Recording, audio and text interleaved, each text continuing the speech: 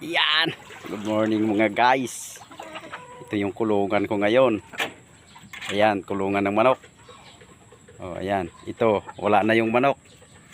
Kasi kinain na ng malaking sawa. Ayan, nasa loob.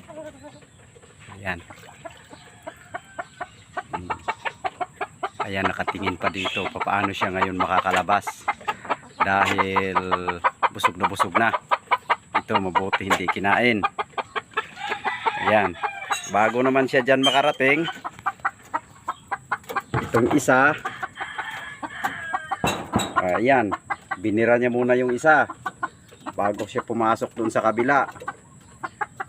O, ayan, ito.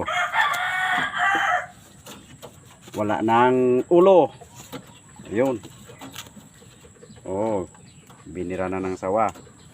Ayan, yung isa dyan, namatay na rin ng isang araw.